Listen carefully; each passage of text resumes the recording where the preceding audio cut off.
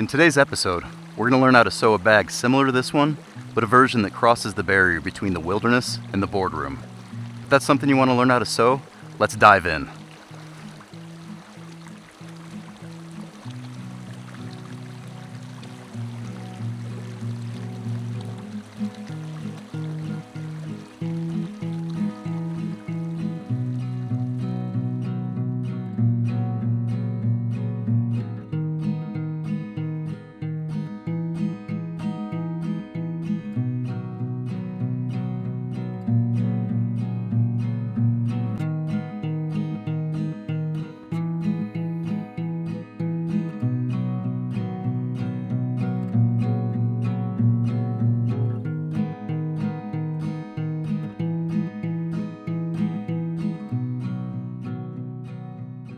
In this video, we're going to be making a messenger bag for a friend of mine. Now this is somebody I've looked up to for over a decade, but somebody I actually only met about 3 years ago. I started tying flies in 2011 as I was getting ready to deploy to Iraq with my Army unit. That deployment ended up getting scrubbed a few days before we shipped out, so I didn't go over there. But I've been tying flies ever since. At first, it was really tough. I didn't feel like I understood anything. I didn't feel like I belonged, in fact. I don't speak Latin, so a lot of the words in the books and videos I was watching were totally foreign to me. And then one day it all changed when I found a YouTube channel called Fly Fish Food. They made everything approachable. They broke it down in ways I could understand. They kept it really fun.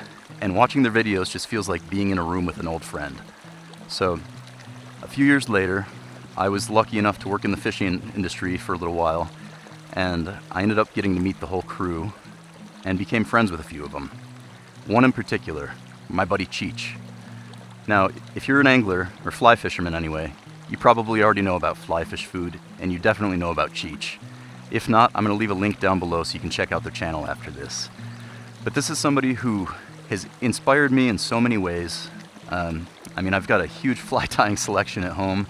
A lot of it's bought from their company. But the only reason I do it is because their videos made it so approachable and so easy to understand. He's the reason I started this YouTube channel. I want to do what he did for me for anybody who wants to learn how to sew, or anybody who wants to improve their sewing skills.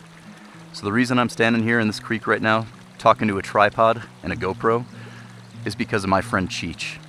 So I hope you'll enjoy this video where we're making a bag for him. It was originally for Christmas, but his wife decided to give it to him for Father's Day, which, thank God, because the suspense was killing me. If that's something you're into, I'm looking forward to diving into the process with you. If you have any questions, please comment down below and I'll get back to you as soon as possible. If you have any ideas for new projects, I'd love to hear them. Maybe I'll do them for you. All right, let's go. I've been wanting to start this channel since 2017, but kept letting perfection get in the way of progress. When I finally decided to pull the trigger a few weeks ago, I had no real aim other than to press record and get the wheels in motion. Moving forward, I'll be focused on sharing some of my patterns and making quality videos for you. I really didn't think anyone would watch these first few videos, so I'm blown away by how they've been received. Thanks for sticking with me through these first rough cuts. I'm starting this messenger bag by making the carry handle, which is a rectangle of fabric folded into a strip so there are 4 layers of fabric throughout for strength. Then I'm making the side pockets on the bag and stitching them to the side panels.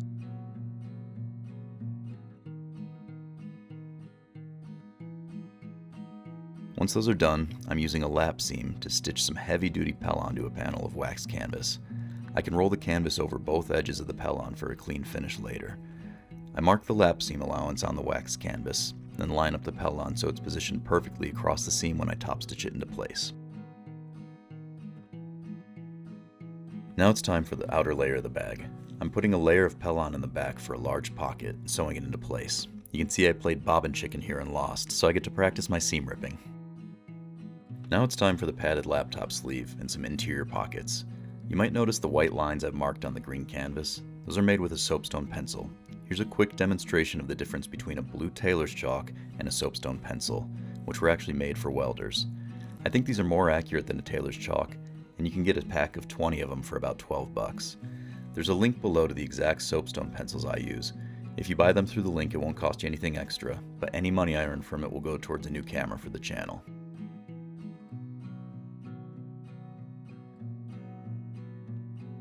You can see here how much better the soapstone cleans up than the tailor's chalk. I've actually had a tailor's chalk permanently stain a project in the past, which is why I moved away from using it. Back to the pocket liners. You can see I double needle top stitch the bottom edge of these, which hides the raw edges of the fabric and prevents fraying. I'm going to do a deep dive into some of these technical terms in the next video, so stay tuned if you're feeling a little lost. It's time to sew the large pockets into the liner. I position the bottom of the pockets so they rest at the very bottom of the bag when it's sewn together, and do the same for the laptop sleeve. If you put them in a little up from the bottom, it'll cause the liner to sag over time. I know because I did it wrong when I made the first prototype for this bag, so learn from my mistakes. This is my favorite part of every product I sew, adding my maker's mark. The symbol I use is the sergeant stripes I wore in the Army. Now they serve as my quality guarantee in every piece I sew them into. I'm sewing my mark to the laptop sleeve in this bag, then sewing the laptop sleeve into place to obscure the opening of the hidden pocket. Here I'm sewing 3 small pockets into the back of the bag, which is a convenient place to stash your phone or smaller items. This idea came from a client turned friend, Jim McNair, who designs knives for Kershaw and Zero Tolerance. Great ideas can come from anywhere, but you have to be open to hearing them, even if it means tweaking your design. Now it's time to sew the main lid for the bag. This version gets 2 6-ounce leather strips sewn to it, which is my version of Molly webbing, so you can easily attach accessories to your bag. Then I sew the lid to the bag, add the carry handle, and the reinforcement over the top of it all. Here's that detail on a bag I've been carrying since 2020. The panel that covers the raw edge of the lid is faced with Pellon, so you don't see the seam allowance of the lid or the handle through the fabric. I'm top stitching the outer face of the bag in place on the side seams before we do the intricate top stitching details. Now comes the main label on the bag. Every stitch is important here since this is how people will first see my brand. I want it to be a good representation of the work I do. Then comes the top stitching for the pencil slots and small pockets on the front of the bag. I'm very careful to stack all the stitches for my starts and stops in the same holes here, since these details will be front and center on the bag.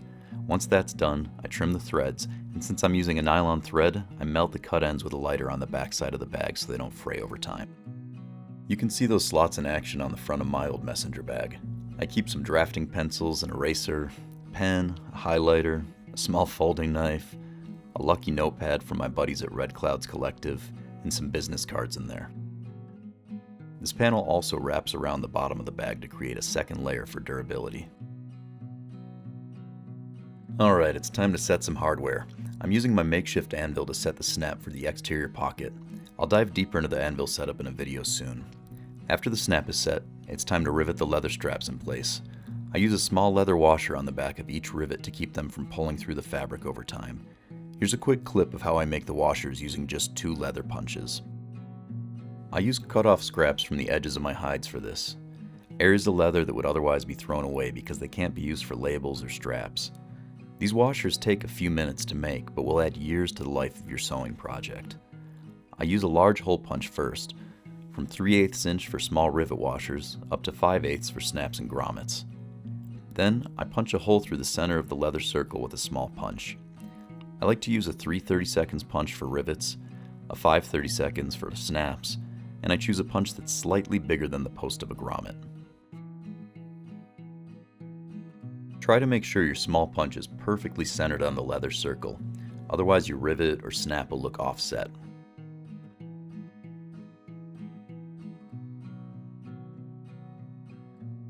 Now we attach the roller buckle for the main closure strap, then the roller buckle for the shoulder strap. After that, it's time to attach that closure strap to the face of the bag, then some D-rings where the shoulder strap will hook to the bag. And last, some D-rings for the gear attachment straps that'll secure a jacket or other gear to the lash tabs on the bottom of the bag. The D-rings on the sides of the bag need a little extra strength since they'll be holding up the weight of the bag, so I add some reinforcement strips before riveting everything in place. It's a hidden feature that nobody will see, but it makes a better product in the end. Then it's time to sew the liner pieces into a bag shape. Alright, it's time to finish up the liner, assemble the different pieces of the shoulder strap, and sew the main body of the bag together. This is where all the work we've done up to this point comes together to create an heirloom quality bag. I turn the liner right side out and insert it into the main bag so the right sides are together, then sew 3 of the top sides together, leaving an opening on one side to pull everything through, so the right sides are facing out. Then I do 2 rows of top stitching along the top edge to close it all up. Now for the very last step. I'm making the last 2 leather washers we'll need and riveting the main closure strap to the lid. And that's a brand new messenger bag. I want to give a huge shout out to my friend Maria. Thank you so much for trusting me to make this bag for your husband. I feel so lucky to have you both in my life and can't wait to see you and Cheech when I'm in Utah next month. Well, I hope you enjoyed today's video as much as I enjoyed sharing it with you. We took some of the best features of this messenger bag and some of the most utilitarian features of this haversack and combined them to make something really special for a really special guy. Thank you again, Cheech, for all the inspiration. Thank you, Maria, for giving me the opportunity to make this bag for your husband. It means the world to me. And thank you to everybody who's been watching, subscribing, liking, sharing last week's video. That was my first actual video on YouTube. And I just glanced at my phone a little while ago. It's got over 10,000 views.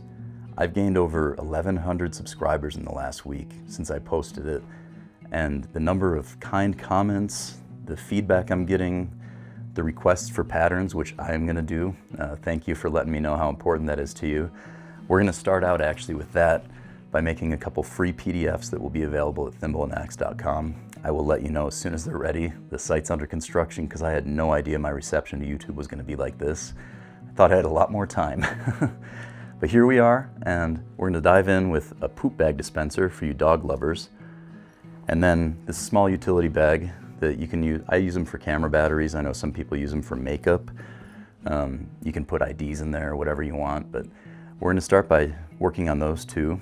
I'm gonna make a couple videos to go along with them so we can sew them together. I'll go slowly through each step.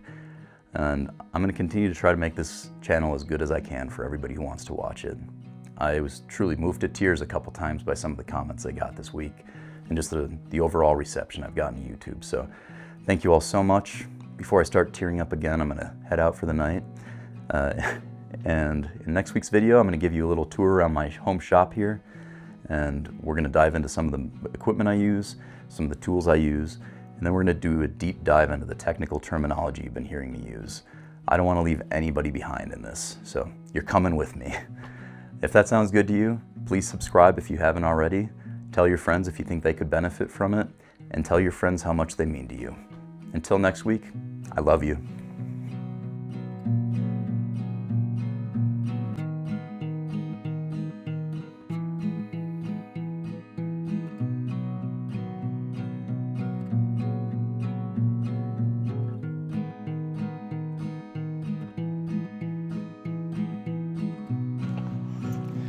Well, I was really hoping to catch a fish for that intro, but unfortunately, storm's moving in, lightning started crashing. Didn't happen today. That's fishing.